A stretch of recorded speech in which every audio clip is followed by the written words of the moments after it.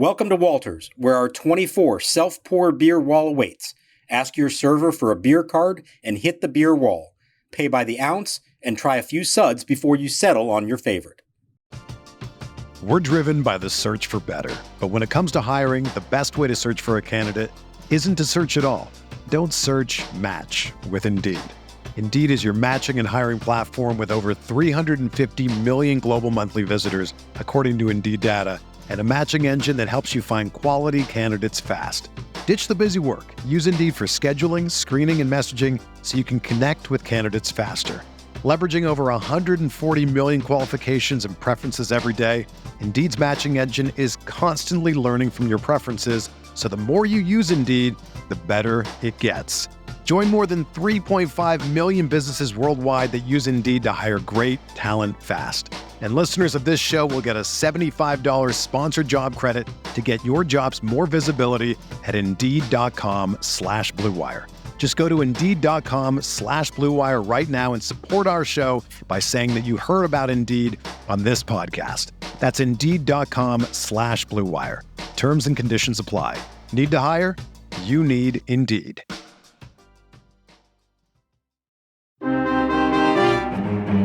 Second baseman and shortstop shading the middle of the pitch. Swinging a line drive. Base hit into right field.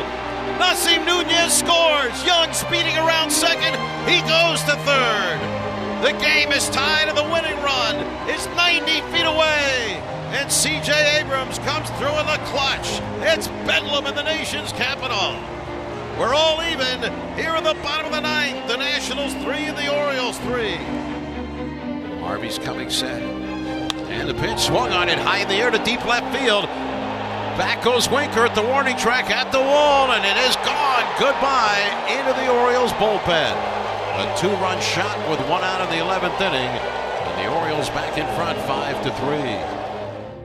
Runners lead second and third. No balls, 2 strikes. Here's the pitch. Swing and a fly ball right field toward the line. Not deep. In comes McKenna. He makes the catch. Runner tags. Going to try and score. Here's the throw to the plate. He is saved! Rosario to the backside with a left hand in again. Ahead of the tag of Rutschman. And the Nationals have done it again. It's a sacrifice fly and a run batted in for Jacob Young. And we are tied again. Now the set and the 0-1. And the dirt gets by, and here comes Mateo, and he will score. 7-5 Baltimore, wild pitch. There goes Garcia for third. The pitch is hit in the air to right field deep. McKenna going back. He's got to play. He makes the catch shy of the warning track. Meneses spikes his helmet in disgust, and the Orioles win the ball game 7-6. And welcome to Nats Chat for Thursday, May 9th, 2024. Along with MASNsports.com Nationals insider Mark Zuckerman, who is at Nationals Park. I'm Al Galdi, host of the Al Galdi podcast. What a game at Nationals Park on Wednesday evening. The Nats did lose a 7-6, 12-inning loss to the Orioles in Game 2 of a 2-game series. The Nats, for this regular season now, are back at 500 at 18-18. But this game was a battle. The Nats overcame a 3-1 ninth-inning deficit and a 5-3 11th-inning deficit, and then scored a run in the bottom of the 12th. The Nats in this game scored 6 runs, 5 of which came from the 9th through 12th innings. This episode of the Nats Chat podcast is brought to us by Walters Sports Bar, located across the street from Nationals Park. Visit waltersdc.com for more information. Mark, 9 of the game's 13 runs were scored over the 9th through 12th innings. Each team used a total of 8 pitchers. In the many games that we have had via these Battle of the Beltways, this really was a memorable one. Someone up in the press box, as we got to, I think, the 12th inning, had a good observation. They said, somebody at the Masson Command Center is sitting there with their finger over 2 buttons and just waiting to see, is this ultimately going to be a Nationals classic or an Orioles classic that they'll be replaying for years? I think you could make the case. Obviously, the Orioles won it, so I guess it goes down as an Orioles classic. But I'll tell you what, this was right up there with some of the most impressive games we've seen from the Nationals, certainly in the last several years. And yeah, they lost it, but in a weird way, I think they come out of this game feeling better about themselves than the Orioles do. There was a lot of optimism in that home clubhouse after this game. They wish they won the game, yes, but they feel like they made a statement in this one and over the last 2 nights, and they think they're for real. And you know what? Good for them for feeling that way. The more they play games like this, the more they're going to feel that way, and deservedly so. It was really impressive the way that the Nats kept fighting in this game. I know that that's a cliche, but it is true. The boys did battle in this game, and on multiple occasions. Like I said, 5 of the Nats' 6 runs coming from the 9th through 12th innings. The Nats in this game, 9 hits, which were a home run, 2 doubles, and 6 singles. 7 walks, as the Nats continue to be so much better at drawing walks this season as compared to last season. The big complaint would be that the Nats went just 4 for 21 with runners in scoring position. One of the many oddities about this game, the Nats in the game had 21 at-bats with runners in scoring position to the Orioles' 6 at-bats with runners in scoring position. And yet the Nats lost the game. But there was so much to like from the Nats in this game. A lot of ways you can sort of attack what went down. Some of the big hits in this game by the Nats, C.J. Abrams, he only went 1 for 5 as the Nats starting shortstop and number 2 batter, but the one was a huge game-tying RBI single. He also drew a hit by pitch, but Abrams in the Nats, a 2-run 9th inning, game-tying 2-out RBI single to right field off O's reliever Keegan Aiken to tie the game at 3. Eddie Rosario, I mean, this guy had been in a massive rut, as we all know. He's now hot. Rosario, as the Nats starting right fielder and number 8 batter, 2 for 4 with a solo homer, a single, and a walk. Rosario in that Nats 2-run 9th, a 2-out solo homer to right center field off Orioles closer Craig Kimbrell, who is a mess right now, to cut the Nats deficit to 3-2. The homer going a projected 416 feet per Statcast. And Rosario in the Nats, a 2-run 11th, a 1-out walk despite having been down at 1.02. What a plate appearance that was by him. Ildemaro Vargas off the bench to play third base, 1 for 1 with a big RBI double. Vargas in the Nats 2-run 11th. A 1-out opposite field RBI ground rule double off the left field warning track to cut the Nats deficit to 5-4. Luis Garcia Jr., he is the Nats starting second baseman, number 3 batter, only went 1 for 6, but the 1 an RBI double. Garcia in that Nats 1-run 12th, a leadoff RBI double to deep right field to cut the Nats deficit to 7-6. The Nats would not go away in this game, scored the 2 runs in the bottom of the 9th to tie the game, gave up 2 Orioles runs in the top of the 11th, then responded with 2 runs in the bottom of the 11th, gave up 2 more Orioles runs in the top of the 12th, then responded with that run in the bottom of the 12th. This game never felt over. I'm still not even sure that this game is over. I'm not sure it is either. Honestly, I wouldn't mind if the series was continuing. I think it's a shame it was only 2 games. I would love to come back here on Thursday for the rubber match. I don't know if the teams feel like they have enough pitching left to go through that. The Nats are already on their way to Boston as we record this. But, man, there was so much to like about that. And yet you kept feeling like they're 1 hit away from winning that game if just somewhere along the way they had done that. You mentioned all the at-bats with runners in scoring position. They had 9 of them in the first 4 innings, and then none of them for the next 4 innings. And then they finished the night with 21. So that's 12 at-bats with runners in scoring position in the 9th, 10th, 11th, and 12th innings. Now I get it. In extra innings, you already have the runner in scoring position, the automatic runner. But my God, there were so many chances there. They did what they needed to keep extending the game. They just couldn't quite pull it off. But I kept thinking to myself, they're going to do this. Somebody's going to find a way to do this. Such good stuff there. I want to mention Eddie Rosario here real quick. You said it, how hot he's been. You know, at the end of April, we're all talking about how this guy is in the worst slump of his career, looks awful. We said, yeah, he's always been a slow starter, but this is beyond anything he had ever done before. At the end of April, he's batting .053, slugging .070 with a 185 OPS. And everybody kept saying, well, he gets hot once the calendar turns. All right, you know what he is in May now? And so far through 6 games, he's batting .375 with a 1224 OPS. So maybe, just maybe, the switch of the calendar turns it on for Eddie Rosario. And what a help that would be for this team if he could keep that up. Well, George Steinbrenner many years ago called Dave Winfield Mr. May in a negative way. Maybe Eddie Rosario was Mr. May in a positive way. Great to see that. And, you know, I was thinking about Craig Kimbrell as the Nats were teeing off on him in that 9th inning. Craig Kimbrell, of course, is a guy who Nats fans have come to know over the years, given his time with the Braves and the Phillies. He's now in his age 36 season. He's not what he was, although he had been doing really well this season. He's really in a rut now. He struggled in 4 of his last 5 appearances. But to see the Nats essentially bully Kimbrel in that 9th inning, off him retiring each of the first 2 Nats batters he faced, there was this momentum. I know momentum is one of these things, it's hard to sort of define, and I think it's debatable whether it even exists, to be honest with you. But Rosario hits that home run, and everything changed after that because the Nats were down to their last out. Rosario comes through with the homer, and then Trey Lipscomb walk, Jacob Young walk, Kimbrel out, Keegan Aiken in. Aiken throws a wild pitch.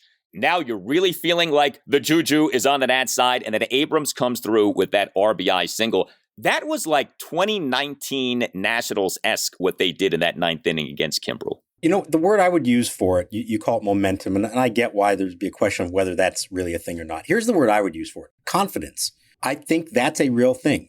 You start to have success.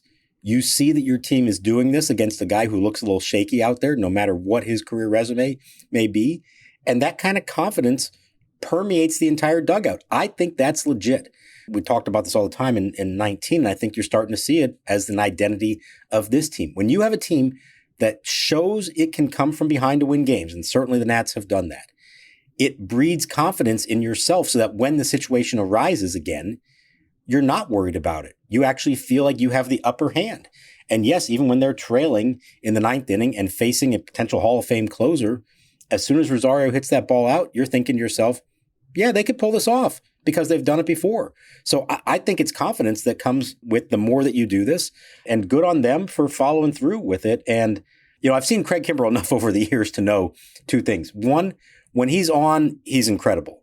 And 2, when he's off, you can kind of tell, and it's usually a disaster. He does not pitch his way out of self-inflicted jams. When it goes south, it keeps going south. And I thought it was fascinating. This is for an Orioles podcast that we don't do, but I thought it was fascinating how Brandon Hyde didn't hesitate to pull him and bring in the lefty to face C.J. Abrams, a move that backfired actually against him. It didn't work. I don't blame Hyde one bit for that. Like I said, Kimbrel, if you've been following this, Kimbrel has really been bad lately. I don't know that Hyde had much choice. I also had this thought. So if you had to identify the series that really marked the end of that Nats run, 2012 through 2019, the Nats needing to engage in a rebuild, it was the Nats getting swept in a 3-game series at the Orioles, July 23rd through July 25th, 2021. That was the series that I think made it apparent to just about everyone that this was done and the Nats needed to be sellers, and sure enough, they were sellers after that. So to me, there's almost like a poetry here because that series marked the end of the Nats' last good run.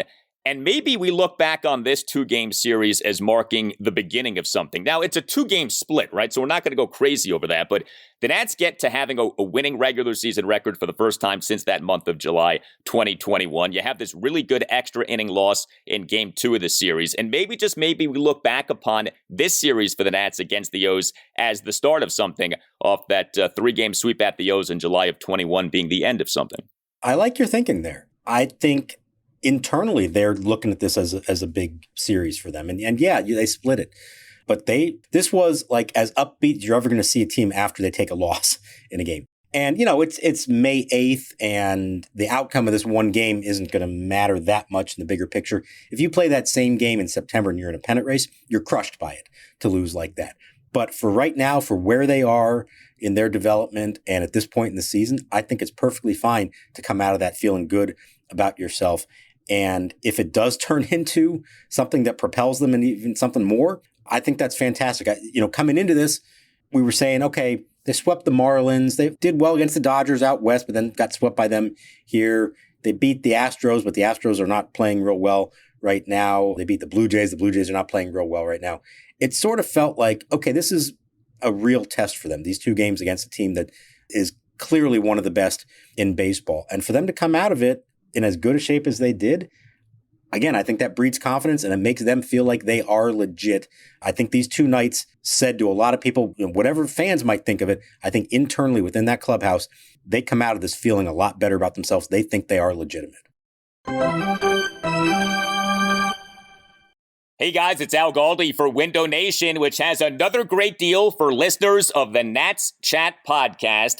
50% off all window styles plus 0% interest for 5 years and an additional bonus if you schedule an appointment this week. This offer is good throughout this month of May. Window Nation windows are the best. Increase the value, look, and feel of your home. Call 866-90-NATION or visit windownation.com and tell Window Nation that you want the deal that you heard about from Al Galdi on the Nats Chat podcast. Window Nation can install your new windows in a day or less. Window Nation's windows come with a lifetime warranty. Get a free, no obligation quote now. Call 866-90-NATION or visit windownation.com. That's 866-90-NATION or windownation.com and tell Window Nation that Al Galdi sent you.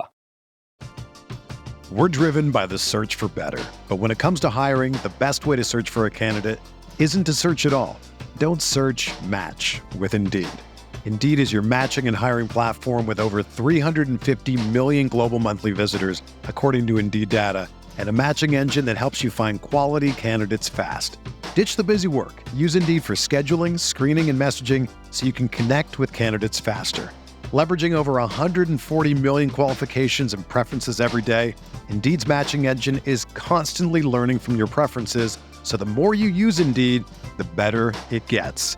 Join more than 3.5 million businesses worldwide that use Indeed to hire great talent fast. And listeners of this show will get a $75 sponsored job credit to get your jobs more visibility at Indeed.com/Blue Wire.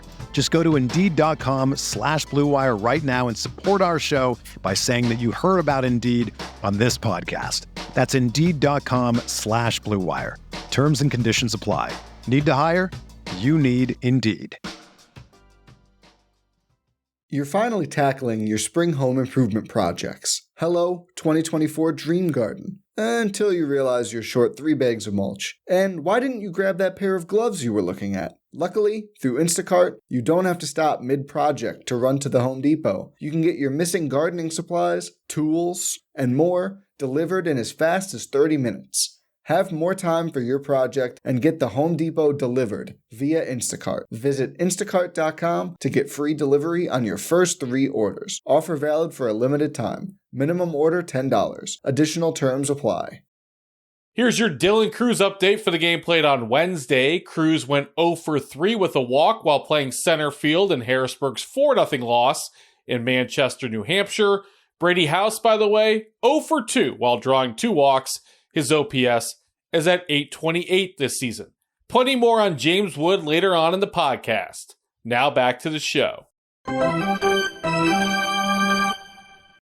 That's trying to break out on top here in the bottom of the second as they did last night. Here's the set of the pitch. Swing a ground ball toward the middle. That's going to go through into center field, a base hit. Nationals will take the lead first. Meneses around third coming home. He scores on a single up the middle for Trey Lipscomb, driving in his 6th run of the year. Stopping at second is Keibert Ruiz. He lost a lot of weight, so he's working. He's really working his way back. The only way he's going to get his timing is by going out there and playing. I mean, he's got to play. So the one thing that's good about it, he wants to contribute, but he's taking it about as best as you could take it.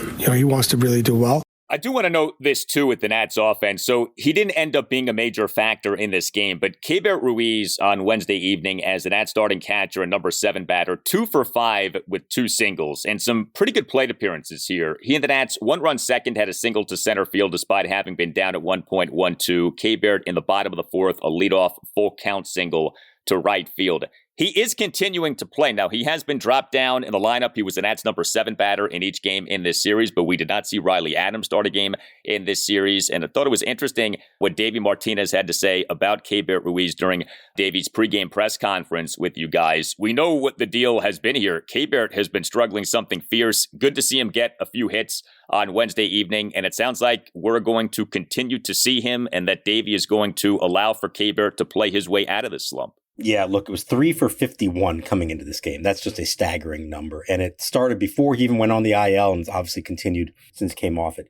2 singles and 2 lineouts in this game. So those were good at-bats, good contact that he made. And Davey's argument of why he keeps playing him as much as he is said, as long as he's physically up for it, and he believes that Keibert is physically up for it, Davey feels like the only way you get yourself out of that kind of slump is to keep seeing pitches, to keep playing and get your timing down. And then one night it all clicks and you're back feeling good about yourself again. Maybe this was the night that started that for him. We'll have to wait and see. In Davey's mind, Keibert Ruiz is so important to this team. He's not losing his starting job. They have committed to him as the number one catcher. And let's be clear, Riley Adams, who did a great job when Ruiz was on the IL, has really cooled off since then. So it's not like there's a guarantee he would step in and do any better. But right now, even if it meant taking some bad at-bats and potentially hurting yourself in the course of a game you're trying to win, the feeling was that in the bigger picture, they are better off playing Keibert Ruiz and giving him every opportunity to snap out of this because they need him to. They can't afford for him not to figure this out. The underrated bright spot from this Nats 7-6 12-inning loss to the Orioles on Wednesday evening has to be the Nats starting pitcher, Mitchell Parker. I feel like his performance almost gets forgotten with everything that happened as the game went on. But Mitchell Parker, again, was good. 2 runs in 5 2/3 innings, facing this fearsome home run happy Orioles lineup. He did give up 2 solo homers, but he only gave up a total of 5 hits, the 2 solo homers, a double, and 2 singles. He issued 1 walk. He recorded 3 strikeouts. He threw a lot of strikes, 77 pitches, 53 strikes. Versus just 24 balls. More and more, that is a phrase that we are saying with national starting pitchers. He threw a lot of strikes. That Mike Rizzo mantra of, I don't care how fast you throw ball 4, that seems to have been taken to heart because it seems like Nats pitchers are doing a much better job this season of throwing strikes. And you take a step back and you look at Mitchell Parker. It was on April 15th that the Nats announced having recalled Parker from AAA Rochester. He since then, over 5 major league starts, has an ERA at 2.67 and a whip of 1.07. Now, the workload is low, 27 innings over the 5 starts, but all things considered, how do you not love what the Nats are getting from Mitchell Parker? No, it's been fantastic. Now, look, he had not given up a home run in the big leagues in 4 starts, and you can't expect that to last forever. And this is a good lineup, a lineup that hits home runs, as we know. So I don't think it was a surprise that necessarily happened to him. But he was able to minimize it, and that's great. 2 solo homers, that's not going to kill you. He made it into the 6th inning. He got to face the top of the lineup 3 times and got a couple more outs. Absolutely good for him. And it speaks to a larger thing that I kind of hadn't really thought about. And I looked it up during the game and realized this was the case. Coming into the day, Nationals pitchers had given up the fewest homers in the majors this year. And that's not the case anymore because they gave up the 3 in this one. But think about that. Last year, they gave up 245, most in the majors. This year, at least coming into this game, they'd given up the fewest home runs in the majors. That is a staggering turnaround and such a big part of what they're doing. And you mentioned the walks, and I just looked this one up.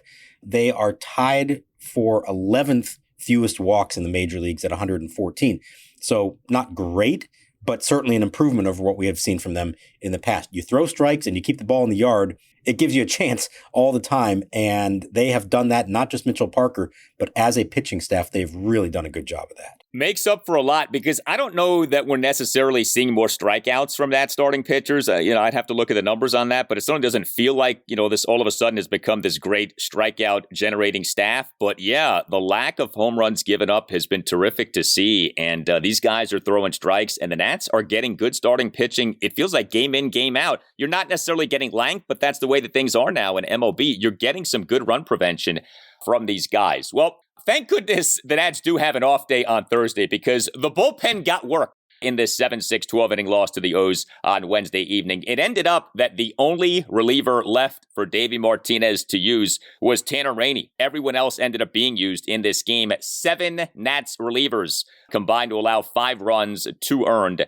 in 6 1/3 innings. Derek Law was charged with a run in 2/3 of an inning. He faced 3 batters, got 2 outs. Robert Garcia faced 3 batters, got 2 outs. Jacob Barnes tossed a scoreless top of the 8th. Dylan Floro was excellent. A perfect top of the 9th with 3 swinging strikeouts. Kyle Finnegan was great again, a scoreless and hitless top of the 10th. Hunter Harvey in the top of the 11th allowed 2 runs, 1 earned. He gave up a one-out first pitch, 2-run homer by Ryan Mountcastle to left field for a 5-3 Orioles lead. Harvey and Mountcastle, many of you probably know this, they're like really good friends. Mountcastle was in Harvey's wedding, in fact. And then things got a bit sloppy in the top of the 12th. Jordan Weems allowed 2 runs as he gave up a leadoff RBI single by Jorge Mateo to left field for a 6-5 Orioles lead. And Mateo on the the play, advanced to second base on a fielding error by third baseman Ildemaro Vargas, and then on the play, advanced to third base on a throwing error by Weems, and then Mateo scored on a wild pitch by Weems for a 7-5 Orioles lead. So things were going well for the bullpen until Harvey gave up the 2-run homer by Mountcastle. And then, as mentioned, things got a bit sloppy with Weems in the top of the 12th. The Mountcastle homer off Harvey, like you said, they're best friends. And they'd only faced each other once before in September of 2022. And Mountcastle homered off him in that game and has never let him hear the end of it since then. And now he's got even more ammo against Hunter Harvey, at least until they face each other again. The surprising thing about this one, it was a first pitch splitter. Not a terrible pitch. It was up a little bit in the zone, maybe not exactly where Harvey wanted it. But he said his reaction to it was, I cannot believe he just did that. Like, was he sitting on that pitch? Is he looking for a first pitch splitter? Maybe a guy who knows him as well as he does thinks, yeah, he's going to try to fool me with that. And when that's a tough luck home run, I think, to give up for Harvey, who otherwise has been really, really good for them for a while now. Finnegan, this is now 11 consecutive hitless innings for him. He has thrown more than the equivalent of a no-hitter over 11 appearances without giving up a hit. There's been, I think, 3 walks in there. Good on him. It's been fantastic. Weems, by the time you get to the 12th, you're down to whatever you have. At that point, that's the problem with these games that go this deep. He turned it into a disaster. It's one thing to give up the hit. It's another to then start throwing the ball away. And he said he just picked up the ball, had a terrible grip on it, and he sailed it, probably the worst throw he's ever made. In hindsight, he says he wished he had just held on to it, not even attempted to make the throw. But then the wild pitch beyond that, it's unfortunate. You know, it's a lot to ask a bullpen to be so good to get through all those innings with a runner in scoring position. Once you get to extra innings, there is, no breathing room at all. So I do feel for those guys in those spots, but Weems couldn't quite get it done. And that was a tough one. And this game continued. We were probably going to see Tanner Rainey with the game on the line, and who knows how that would have gone. And if it went beyond that, I don't know who else is there at that point. Would Patrick Corbin have come out of the bullpen instead of starting on Friday? I don't know what would have happened there. Not to sound alarmist, but I do want to note this. So 36 games now for the Nats in this regular season. Hunter Harvey has pitched in half of them. He's pitched in 18 of them. Derek Law has pitched in more than half of them, 19 of them. Kyle Finnegan, Dylan Floro, Jordan Weems each has pitched in 17 of the 36 games. Those are heavy workloads. And look, it's a 12-inning game. What are you going to do? Like, not pitch people? Like, you have to pitch people. I get that. But do you think the workloads for these relievers, who overall are doing well, is a concern? A little bit, because what are the odds that all of them can keep this up all year long, both in terms of effectiveness and in terms of health? And this is where they are in a tough spot. We talked about it the other night with the Matt Barnes DFA. Of their relievers they have on the Major League roster, only 2 of them have minor league options, and that's Finnegan and Harvey, and they're not going to do that. They're not sending those guys down to the minors. Most teams, you have the ability to move guys up and down and have a little bit of a rotation with 9 or 10 relievers when you need a fresh arm. Sometimes somebody gets sent down even though they haven't pitched that poorly, but just to give them a little bit of a break and to get somebody else up here who can give you a few innings when you need it. They don't really have the ability to do that without getting rid of somebody altogether or placing them on waivers or potentially on the IL. So I do worry that that's going to come up at some point this summer, where they're going to be out of fresh arms and have to make a tough decision. You hope it doesn't involve injuries along the way. It could. Bullpens are funny things. Relievers are funny things. You can look great for a while, and then you can look awful very quickly. And when that happens, are they in a position to account for that, especially if they are playing competitive baseball and can't afford, to be losing games because of tired or, insufficient bullpens? We all know Hunter Harvey's injury history, and I think the Nats deserve a lot of credit for getting what they've gotten out of Hunter Harvey. But, you look at his season, he's on pace to make 81 appearances. He's on pace to throw 80-plus innings. God bless him if he can do that, but his injury history screams you're really taking a chance in having him on pace to do that. So we'll see what happens with that. He continues to be utilized. He continues to be really effective. But, man, that is quite the workload that he and others are shouldering so far this season. This homestand is over, and the next one begins on May 20th for a 3-game series against the Twins, followed by 3 more versus Seattle. Check out Game Time for various ticketing options, as there are tickets as low as $3 at the moment when they play Minnesota. Game Time offers the lowest price guarantee, or Game Time will credit you 110% of the difference. Take the guesswork out of buying MLB tickets with Game Time. Download the Game Time app, create an account, and use code NATSCHAT for $20 off your first purchase.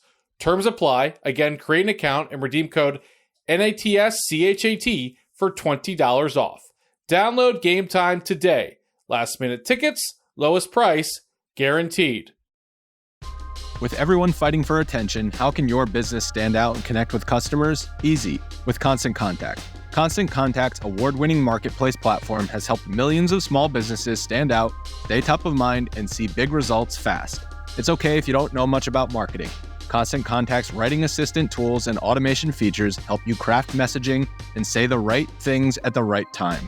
I used this to help write and send my email newsletters, and you should too. So get going and start growing your business today with a free trial at ConstantContact.com. Just go to ConstantContact.com right now. Constant Contact, helping the small stand tall. ConstantContact.com.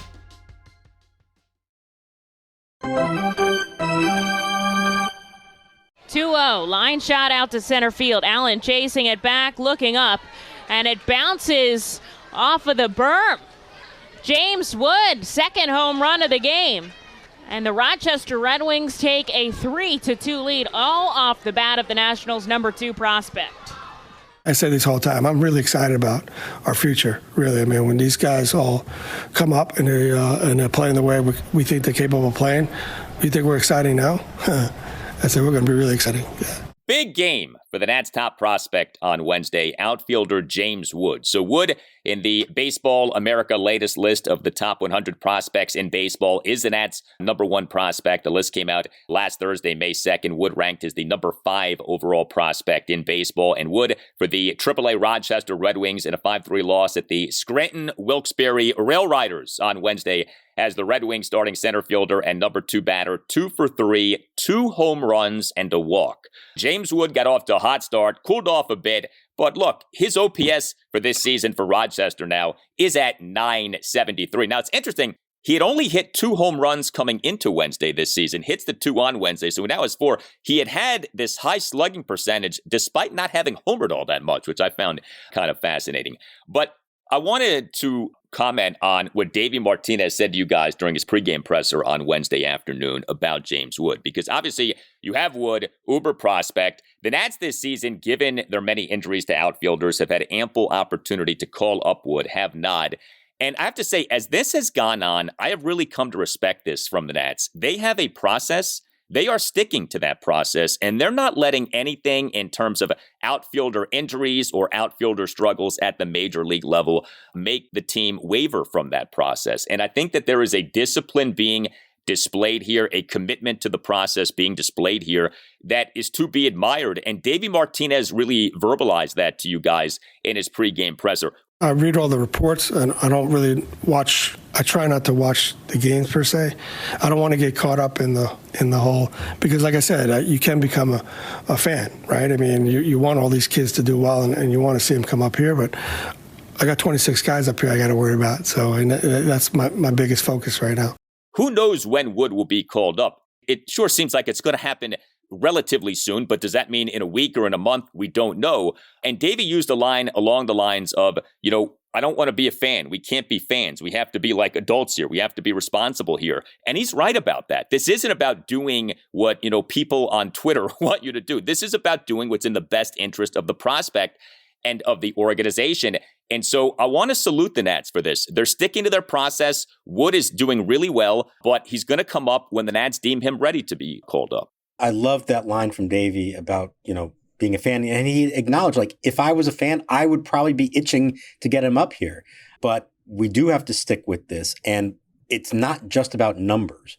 It's about what they see, what their people who are there every day see from James Wood. He did mention things about how he's hitting against left-handed pitching, which has not been great so far. He mentioned his strikeout rate, which is 33%, which in today's game is not the worst thing in the world, but you wouldn't mind that getting, at least a little bit better. He's hitting a lot of ground balls. And just there's a lot of little things that you learn in the minor leagues. Remember, James Wood, I think, is still 21 and has not played a ton in the minor leagues. Certainly, this is his first time at AAA, and it's okay to give guys time to develop at their own pace and learn how to play the game right. We mentioned the other day, with the Orioles and Jackson Holliday. They called him up kind of under some pressure to do so, and it didn't work out, and they sent him back down.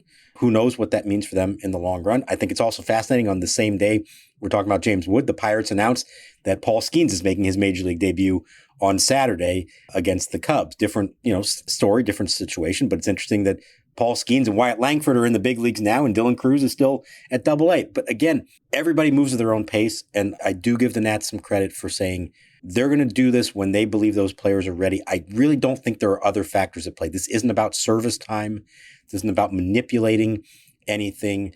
This is about them calling up these guys when they truly believe they are ready and putting them in the best position to succeed. Because if you bring them up and they don't succeed, it only makes it harder in the long term. And I think that's what their motivation is right now. I really do think that the Jackson Holliday situation is instructive. Consensus number one prospect in baseball, was doing really well for AAA Norfolk. Mike Elias got killed by both Orioles fans and Orioles media members for not beginning the regular season with Holliday at the major league level. Calls him up on April 10th.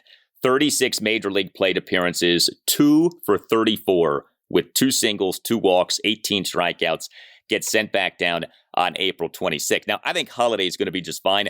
But what you don't want with James Wood is what happened with Jackson Holliday. That's not good. That's not good for anyone. It doesn't make anyone feel good. You want Wood, when he's called up, to stay up. Davey said it on Wednesday afternoon. We don't want to bring Wood up and platoon him, okay? Like, we want to bring him up and have him be a guy, a piece, a stud. And I think that he will be, but we're not at that point just yet. This installment of the Nats Chat podcast brought to us by Walters Sports Bar, located across the street from Nationals Park. Visit waltersdc.com for more information. So the Nats have this off day on Thursday. Next up for them as they continue their tour of the American League. 3-game series at the Boston Red Sox. Game 1 Friday night, 7:10. Patrick Corbin will be the Nats starting pitcher. Game 2 Saturday afternoon, 4:10. Jake Irvin will be the Nats starting pitcher. And Game 3 Sunday afternoon at 1:35. Mackenzie Gore will be the Nats starting pitcher, and we'll see if the Nats can keep this up. A lot of good vibes right now with the Nats. This is, I think, the best general feeling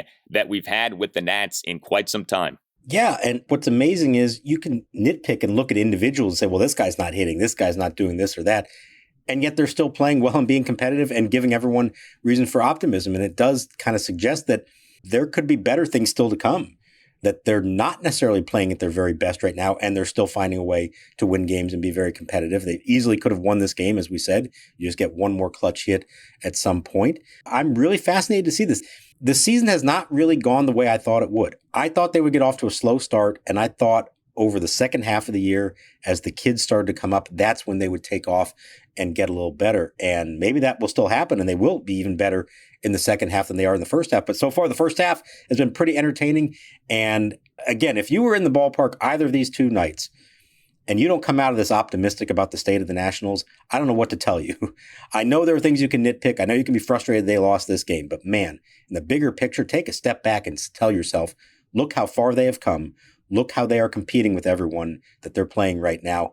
And there is every reason to think it's going to get better from here. And they're doing this without their best starting pitcher from last season, Josiah Gray, without arguably their best batter from last season, and Lane Thomas. Hit us up on X at Nats_chat. You can email the show, natschatpodcast@gmail.com. You can find us on YouTube. Just search Nats Chat. Our YouTube handle is at Nats Chat Podcast. We have a website that we invite you to check out as well, natschatpodcast.com. All Nationals radio highlights on Nats Chat are courtesy of 106.7 The Fan. For Mark Zuckerman, I'm Al Galdi. We thank you for listening, and we'll talk to you next time on the Nats Chat Podcast.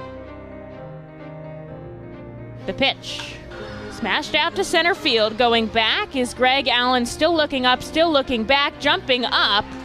And it is a home run. James Wood. A 2-run shot as Allen just could not reach it at the top of the wall. It bounces up and over the wall pad. And James Wood smacks his 3rd home run of the season, a 2-0 advantage for Rochester.